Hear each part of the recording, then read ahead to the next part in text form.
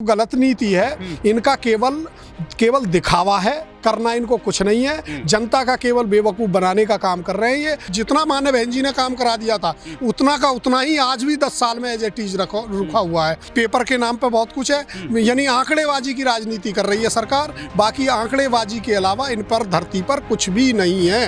देश में बड़े लंबे समय से डर की राजनीति हो रही है। नहीं, हिंदू मुस्लिम की जो राजनीति है केवल वो कर रहे हैं, इसके अलावा कुछ नहीं है। काम करना केवल चाहती हैं तो बहन जी चाहती हैं, और बहन जी जब काम करना चाहती हैं तो उसी का श्रेय ये आज तक ले रहे हैं, और नहीं तो उसी का श्रेय उन्हीं के फीते काटते हैं ये जा करके। ये कौन सा फॉर्मूला है? अरे साइकिल का बटन दबाते हो तो साइकिल मजबूत होनी चाहिए, लेकिन दबाते साइकिल का बटन है और मजबूत कमल का फूल हो जाता है।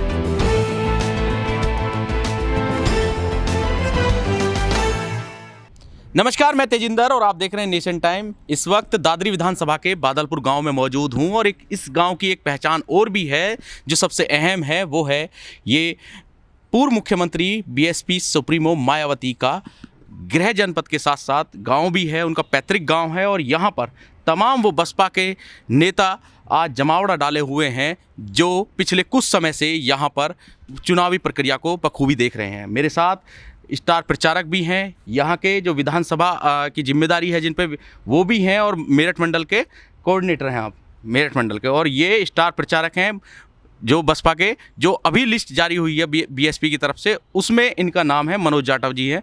और ये जिलाध्यक्ष साहब हैं जो गौतम बुद्ध नगर के जिलाध्यक्ष हैं, लक्ष्मी सिंह जी। और एक भाई जो हैं ये हमारे अनस भाई हैं जो संगठन मंत्री हैं गौतम बुद्ध नगर के। तो तमाम जो नेता हैं वो यहाँ पर एक अहम रणनीति बना रहे हैं, और उस रणनीति की जो भूमिका है वो किस तरह की रहेगी उसी पर हम आज चर्चा करने इनसे आए हैं। सबसे पहले मैं आपसे बात कर लेता हूँ। आप बताइए, आप बता दीजिए, कोई दिक्कत नहीं है, क्या है पूरी स्ट्रैटेजी जो है, क्योंकि चुनाव का समय जो है अभी लगभग 9 दिन का समय रह गया है, अगर आज का दिन भी हम लगा लें तो। देखो, हमारी स्ट्रेटजी बिल्कुल साफ है। माननीय बहन कुमारी मायावती ने शिक्षा के क्षेत्र में, स्वास्थ्य के क्षेत्र में, बिजली के उसमें, सड़कों को बहुत बहन जी ने इसमें जो विकास कार्य जो किए हैं वो किसी से छुपा नहीं है, सर्वविदित है। तो हम इन्हीं सब विकास के मुद्दों को लेकर के जनता के बीच में जा रहे हैं। और जो बहन जी ने विकास के नाम पर जो काम किए हैं, चाहे आपकी बुद्ध यूनिवर्सिटी ले लीजिए, चाहे आपका यमुना एक्सप्रेस ले लीजिए, चाहे जनता इंटर बालिका जो कॉलेज स्कूल हैं उनको ले लीजिए, जो अंबेडकर स्पेशलिटी हॉस्पिटल है उनको ले लीजिए। तो हम जनता के बीच में सबको समझाने का कार्य कर रहे हैं ताकि जो हमारा वोटर और सपोर्टर है उनके दिमाग में सब चीज़ हो जाए। जो बहन कुमारी मायावती जी की जो सरकार रही है पूर्व में, एक तो स्पष्ट बहुमत में रही है, उससे ही पहले 3 बार रही हैं। कुल मिलाकर बहन जी का जो शासन प्रशासन 4 बार में रहा है, आज पूरी जनता बहन जी को फिर से याद कर रही है। उनके जो समय में अधिकारी अपने समय पर कार्यालय ऑफिसों में पहुँच जाते थे, आज के समय में क्या है, जनता अधिकारी के पीछे पीछे घूम रही है, लेकिन अभी अफसर वहाँ पे मौजूद नहीं मिलते हैं जिनको काम कराने में बड़ी दिक्कतें हो रही हैं। विकास के मॉडल पे क्या कहेंगे आप? जिलाध्यक्ष हैं और तीनों सीट जो हैं वो गौतम बुद्ध नगर की वो हॉट सीट बनी हुई है, खासकर बसपा जो है वो यहाँ पर काफ़ी लीड में नज़र आ रही है। बसपा, ये बहुजन समाज पार्टी की जो हमारी नेता हैं उनका गृह जनपद है, और उन्होंने अपने गृह जनपद को जैसे कोई नेता या कोई व्यक्ति अपने घर को संभालता है, ऐसे माननीय बहन जी ने अपने जनपद को संभाल कर रखा था। और उसको इस तरह से संभालने के साथ साथ जैसे घर को संभाला जाता है ऐसे जनपद को संभाला, और उसके देखते हुए आप सबको देखने को मिलता है कि नोएडा, ग्रेटर नोएडा, यमुना प्राधिकरण या बादलपुर का क्षेत्र ये ग्रेटर नोएडा प्राधिकरण में आता है, ये सब एरिया। तो ये जो चीज़ें हैं ये कोई छुपी नहीं है। जो यहाँ के किसान हैं, किसानों की जो आबादी थी, जहाँ थी जैसे थी, बीएसपी की सरकार में माननीय बहन जी जब सरकार में थी तो उनकी आबादी जहाँ की तहाँ, जैसी की तैसी, वहीं के वहीं छोड़ दी गई थी। और उसके बाद या उससे पहले किसानों को कितना जो आबादी के नाम पर उनका टॉर्चर किया गया, उनकी आबादी तोड़ी गई, उनका मुआवजा नहीं दिया गया। जब माननीय बहन जी 2007 में इस प्रदेश की मुख्यमंत्री बनी थी तो माननीय बहन जी ने नोएडा में, मुझे भली भांति अच्छी तरह याद है, और किसानों से आप बात करोगे तो वो बताएंगे, नोएडा में 285 का मुआवजा था, 2,85,000 का, और उसको माननीय बहन जी ने 3 गुना बढ़ा करके लगभग 9 लाख के करीब मुआवजा कर दिया था 2007 में ही। उसके बाद यही ग्रेटर नोएडा में 7% के प्लॉट, नोएडा में 5% के प्लॉट। जितने माननीय बहन जी के शासनकाल में नोएडा, ग्रेटर नोएडा में आबादी के साथ साथ आबादी छोड़ी गई, फिर उसके साथ साथ प्लॉटों का जो 5% और 7% का आवंटन था, जितना माननीय बहन जी ने किया गया उस सरकार में हुआ। उसके अलावा उसके बाद से जो भी सरकारें रही हैं, दोनों सरकारें, उनमें किसी ने भी कोई आवंटन नहीं करा है। किसानों को कोई उनका 5% या 7% नहीं दिया है, और ना ही उनका मुआवजा बढ़ाने का काम करा है। जिस एयरपोर्ट की बात करते हैं, वो एयरपोर्ट माननीय बहन जी ने अपनी सरकार में ड्रम प्रोजेक्टों में था, उसका प्रस्ताव करके केंद्र को भेज दिया। लेकिन उस समय की जो तत्कालीन केंद्र सरकार थी, उसने उसको स्वीकार नहीं करा, ना उसने कोई अनुमति दी बनाने की, वरना तो वहाँ अब तक जहाज उड़ रहे होते। जिस ढोंग को ये पीट रहे हैं अब, लास्ट में आकर के ये काम अगर इनको करना होता तो ये पहले कर रहे होते। 5 साल में अब अगर इन्होंने काम करा होता तो भी जहाज उड़ रहे होते। तो इनकी ये जो गलत नीति है, इनका केवल दिखावा है, करना इनको कुछ नहीं है। जनता का केवल बेवकूफ़ बनाने का काम कर रहे हैं ये। वरना तो इन्होंने, देखिए, योगी जी, मोदी जी जो सरकार के मालिक हैं, मुखिया हैं, वो आकर के यूनिवर्सिटी में ऐसा आराम करते हैं। अगर उनमें इतनी शर्म होती तो कुछ इस ढंग का संस्थान बनाते ना, ऐसे गेस्ट हाउस बनाते ना, जिनमें आकर रुकते। लेकिन नहीं, माननीय बहन जी ने अगर यूनिवर्सिटी नहीं बनाई होती, जो वो आकर के यहाँ पढ़ जाते, कहाँ आकर रुकते, बताएं मुझे वो। अच्छा, दूसरी बात और भी बता दूं मैं, आप रघुपुरा जाते होंगे, जो वहाँ के विधायक हैं जेवर के, वो रघुपुरा के रहने वाले हैं। आप यानी दनकौर से आप जाइए रघुपुरा, आप रोड देख लीजिए। पूरे 5 साल मुझे देखते हुए हो गए इस सरकार में, और उससे पहले भी वो रोड आज का ज्यों का त्यों है। जब जितना माननीय बहन जी ने काम करा दिया था, उतना का उतना ही आज भी 10 साल में एज इट इज रुका हुआ है। और कहीं भी इन्होंने कहीं रोड बनाया हो, कहीं कोई गाँव में विकास कराया हो, RCC कराई हो, कहीं नाली खरंजे बनाए हो, तो बताए ना कोई। विकास के नाम पर इन पर कुछ नहीं है, केवल ढोंग के नाम पर इन पर बहुत कुछ है। पेपर के माध्यम से, पेपर के नाम पर बहुत कुछ है। यानी आंकड़ेबाजी की राजनीति कर रही है सरकार। बाकी आंकड़ेबाजी के अलावा इन पर धरती पर कुछ भी नहीं है।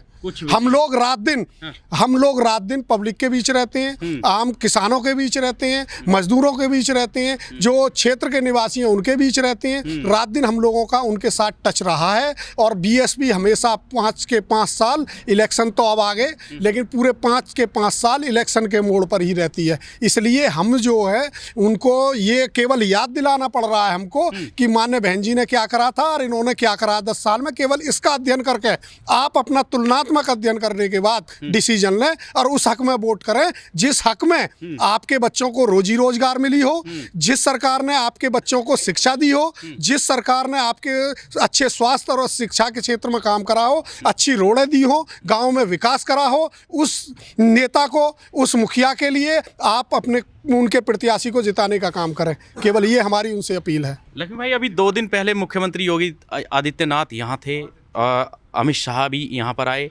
क्या लगा कि उन्होंने विकास के मुद्दे पर शायद वो बात ना की हो, लेकिन उन्होंने जिस तरह से बात की, उन्होंने दिखाया कि फाइट जो है वो सपा और बीजेपी के बीच में है। वो बीएसपी को क्यों भूल जाते हैं और बीएसपी को क्यों नहीं दिखाना चाहते? देखिए, उसका एक रीजन है। हाँ। देखिए, देश में बड़े लंबे समय से डर की राजनीति हो रही है। हाँ। देश में डर की राजनीति, यानी हिंदुओं को डराया जाता है मुस्लिमों से, मुस्लिमों को डराया जाता है हिंदुओं से। यानी मुस्लिम डरे तो डर करके वो सपा की तरफ जाएं, और सपा से डरें तो वो मुस्लिमों से डरें, तो हिंदुत्व की तरफ, एक तरफ हिंदुत्व। यानी हिंदू मुस्लिम की जो राजनीति है केवल वो कर रहे हैं, इसके अलावा कुछ नहीं है। और जनता अब इन चीज़ों को समझ चुकी है। यानी राष्ट्र की बात, यानी मेरे अंदर देशभक्ति कितनी है इसका सर्टिफिकेट कोई दूसरा देगा। ये मेरे अंदर मेरी इच्छा शक्ति है और मेरी अपनी काबिलियत है या मेरी सोच है कि मैं कितना समर्पित हूँ। इसके लिए दूसरे के सर्टिफिकेट की ज़रूरत नहीं होती, और उनका काम है सर्टिफिकेट बांटना, दूसरों के जो पर प्रशंसा चिन्ह उठाना। वो अपने गिरेवान में झांके ना। अच्छा, दूसरी बात, क्या हिंदुत्ववादी, मतलब कट्टर हिंदुत्ववादी दिखाना बीजेपी का एक टैगलाइन बन गई है कि आप बीजेपी में आओ और कट्टर हिंदुवादी बन जाओ? बिल्कुल, ये बात आपने बिल्कुल सही कही है। जो केवल जब मान लीजिए उनके नाम पे, विकास के नाम पर, रोजगार के नाम पे कुछ नहीं है उन पे, शिक्षा के नाम पर उन पर कुछ नहीं है। आज की जो जनता है ना, केवल ये चाहती है, जो जनता आज की डेट में ये चाह रही है, उनसे बात की जाए रोजगार की, उनसे बात की जाए शिक्षा की, उनसे बात की जाए अच्छे स्वास्थ्य की, उनसे बात की जाए अच्छे रोड की, रास्तों की, नाली की, उनसे अच्छे विकास की। तो इन चीज़ों की अगर जनता चाहती है कि उन पे बात हो, अब हिंदू मुस्लिम के चक्कर में फंसना नहीं चाहता कोई भी, ना युवा फंसना चाहता है, लेकिन घूम फिर करके ये उसको लाना चाहते हैं। लेकिन चूंकि लंबा समय हो गया है, इनको सब लोग समझ चुके हैं कि ये ढोंगी हैं, झूठे हैं, फरेबी हैं, इनके चक्कर में कतई आना नहीं चाहते। चूंकि इन्होंने बुलेट ट्रेन का सपना दिखाया, इन पर जो नॉर्मल ट्रेन चल रही हैं उनको तो चलाया नहीं जा रहा है, उनके रात दिन एक्सीडेंट, और उन्हें भी निजीकरण करने में लगे हुए हैं, उनको भी बेचने का काम कर रहे हैं। तो ये जो चीज़ें हैं जो निजीकरण वाली है, इन्होंने देश को बर्बाद कर दिया है। और देश को बर्बाद करने से हर आदमी, प्रत्येक देश का बासिंदा, पूरे प्रदेश के लोगों की ये जिम्मेदारी है कि जो ये देश को बर्बाद करने पर लगे हुए हैं, उससे, इनसे निजात पाने के लिए, उससे बचने के लिए, अपने बच्चों को अच्छी शिक्षा के लिए, अच्छे रोजगार के लिए, वो लोग अपने, यानी कि बीएसपी की सरकार में अपनी नेता को, जो सर्व समाज की नेता हैं, उनको वोट करना पसंद कर रहे हैं। एक सवाल और है मेरा आपसे, क्योंकि पिछले कुछ दौर में इस तरह की राजनीति देखने को मिली कि जो एक्सप्रेसवे हैं उनको लेकर काफ़ी चर्चा रही, और तमाम विकास के जो मॉडल हैं वो पेश किए गए। खासकर सपा ने और जो अखिलेश यादव हैं उन्होंने इस बात पर काफ़ी जोर दिया कि हमने तमाम एक्सप्रेसवे बनाए और ये बनाया इधर उधर। लेकिन जब सबसे पहले अगर इसमें बात की जाए तो मायावती सरकार और मायावती जी की जो गवर्नमेंट है, जब ये ताज यमुना एक्सप्रेसवे बना था, तो वहाँ पर कैसा लगता है? क्योंकि जब इस तरह की राजनीति चलती है और मायावती को अलग थलग घेर दिया जाता है, तो वहाँ इसे कैसे देखते हैं? ये जो चीज़ है, ये मीडिया की एक साजिश है। ये मीडिया की साजिश होती है, और मीडिया की साजिश के तहत ये काम होता है। मीडिया साजिश के तहत उतनी ही चर्चा करती है जितना उनको बताया जाता है, और उसी के तहत ये बात करती है। वरना तो देश में जो एक्सप्रेसवे का करण है, एक्सप्रेसवे करण अगर कोई लाया है तो मान्य बहन जी लाई हैं। मान्य बहन जी ने देश में पहला प्राइवेट ऐसा एक्सप्रेसवे बना करके, यानी पूरे देश में एक उदाहरण दिया कि हम निजी हाथों से भी ऐसे एक्सप्रेसवे से जनता को सुविधा दे सकते हैं। तो ये सीख करके मान्य बहन जी से जो ये काम कर रहे हैं, ये काम मान्य बहन जी ने अपनी सरकार में कर करके दिखाए हैं। ये अब 10 साल बाद उनका ढोल पीट रहे हैं कि हम ऐसा कर देंगे, वैसा कर देंगे। ये कुछ नहीं करने वाले। करने की अगर क्षमता है किसी में तो वो मान्य बहन जी में है, और लोग मान्य बहन जी पर यकीन कर रहे हैं, विश्वास कर रहे हैं, क्योंकि ये महसूस कर रहे हैं कि 10 साल से जो प्रदेश के बासिंदे हैं, जो प्रदेश के रहने वाले लोग हैं, वो अपने को ठगा महसूस कर रहे हैं। इसलिए वो ये चाहते हैं कि इन दोनों सरकारों से, इन दोनों ही नेताओं से छुटकारा मिले और मान्य बहन जी इस सूबे की मुख्यमंत्री बने। क्योंकि एक सबसे बड़ी बात ये भी रही है, एक जिसकी अभी आप नाम ले रहे थे अखिलेश जी का, उनका भी बता दूं, उन पर जब उनकी सरकार थी तो उनका भी काम ये इनसे कोई अलग नहीं था। दोनों का सिमिलर काम था, यानी नाम बदलने का। उन्होंने भी नाम बदले, ये भी नाम बदल रहे हैं। यानी काम करने का किसी पर समय नहीं है, ना काम कोई करना चाहता।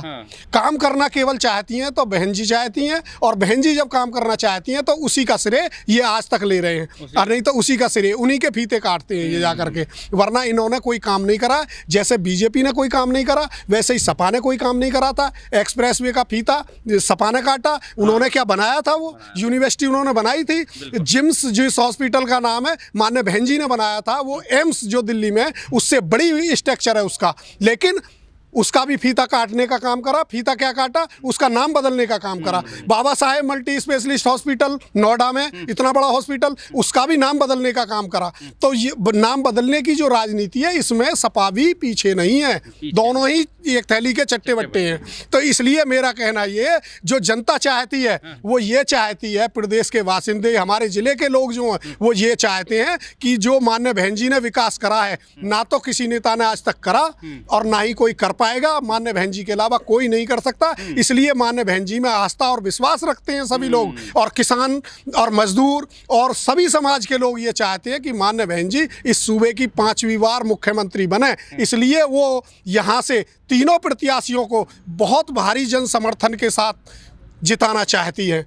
जिताना चाहते हैं। चलिए बहुजन अनस भाई, समाज पार्टी अनस भाई आप क्या कहेंगे? बहुजन समाज पार्टी जिंदाबाद। अनस भाई क्या कहेंगे, जिस तरह की अभी पॉलिटिक्स हो रही है और खासकर लीड में ये दिखाया जा रहा है कि बीजेपी और सपा जो है वो टक्कर में है। देखिए, इनके इस तमाशे का मैं आपको आंकड़ों के हिसाब से, तथ्यों के हिसाब से इसका पोल खोलता हूँ। अभी हाल फिलहाल अमित शाह जी कहाँ आए थे? दादरी में, जहां समाजवादी पार्टी जिंदगी में ना जीती ना जीत सकती, उनके पास वो आंकड़े ही नहीं। और आपको मैं बता दूं, जो मुख्य धारा की मीडिया कभी नहीं बताएगा, वर्तमान स्थिति दादरी में लगभग 25 नगर पार्षद जो हैं वो बहुजन समाज पार्टी के सिंबल पे जीते हुए हैं। आस पड़ोस ये कहाँ जोर लगा रहे हैं? धौलाना में। 2017 में धौलाना में जब मुस्लिम समाज ने हाथी का बटन दबाया था तो कौन सी पार्टी जीती थी? बहुजन समाज पार्टी जीती थी। तो इनके जो दिल का दर्द है वो इनकी मजबूरी है। भारतीय जनता पार्टी की, इस मीडिया की और समाजवाद की वो दिल वो आ नहीं सकता जबान। क्यों ऐसा दिखाया जा रहा है? उसके पीछे की वजह मैं जानना चाह रहा हूँ कि क्यों दिखाया जा रहा है। साफ साफ वजह है, 21% मुस्लिम, 22% दलित एक ना हो जाए, इनके सारे आंकड़े फेल ना हो जाएं। और बस किसी तरह ये दिखा दो कि हमारी उससे टक्कर है, कि अखिलेश यादव जी से टक्कर है, जिनको इस समाज से कोई मतलब नहीं। उन्हें आजकल कौन पसंद आ रहे हैं? जो अभी हाल फिलहाल भारतीय जनता पार्टी की कैबिनेट की मलाई काट के आए, जो सीए का और ये जो एनआरसी का ड्रामा चला था, इसमें सबका इनका योगदान था नहीं था? स्वामी प्रसाद मौर्य और दारा सिंह चौहान जैसों का। इसका जवाब दे कौन होगा? कोई बयान हो कैसे जाएगा जब वो मलाई मार रहे थे सत्ता की और हाँ मिला रहे थे योगी जी, मोदी जी और अमित शाह जी की में। लेकिन आज जब समाजवादी पार्टी का झंडा उठा लिया तो सारी गलतियां माफ कर देगा। अखिलेश जी माफ कर सकते हैं, मुस्लिम समाज माफ नहीं करेगा। और अभी ये कौन थे? ये जो आपके राजभर जी हैं। आप ये कह रहे हैं कि इन सब से मुस्लिम जो है वो विश्वास नहीं करेगा इस समाजवादी पार्टी पर? देखिए, मुस्लिम का 2000 जो इनकी सरकार पिछली बार चली 12 से 17 वाला, एक तरफा इस सरकार से विश्वास उठ चुका है। ये किसी भी समाज को कानून व्यवस्था के नाम पर सुरक्षा नहीं दे सकते। और हर एक समृद्ध नागरिक को, हर समाज के नागरिक को लॉ एंड ऑर्डर चाहिए। अपने काम धंधे, बच्चों की पढ़ाई, वो सब कुछ एक सुरक्षित माहौल में करना चाहते हैं। लेकिन ये जो इन्होंने अपनी परफॉर्मेंस दी है 2012 से 17 के बीच में, 100 से ऊपर या 500 से ऊपर दंगे, तो ऐसे से हर समाज का विश्वास उठ चुका है। मुस्लिम समाज का भी समाजवादी पार्टी से विश्वास उठ चुका है और इनके नेता से विश्वास उठ चुका है।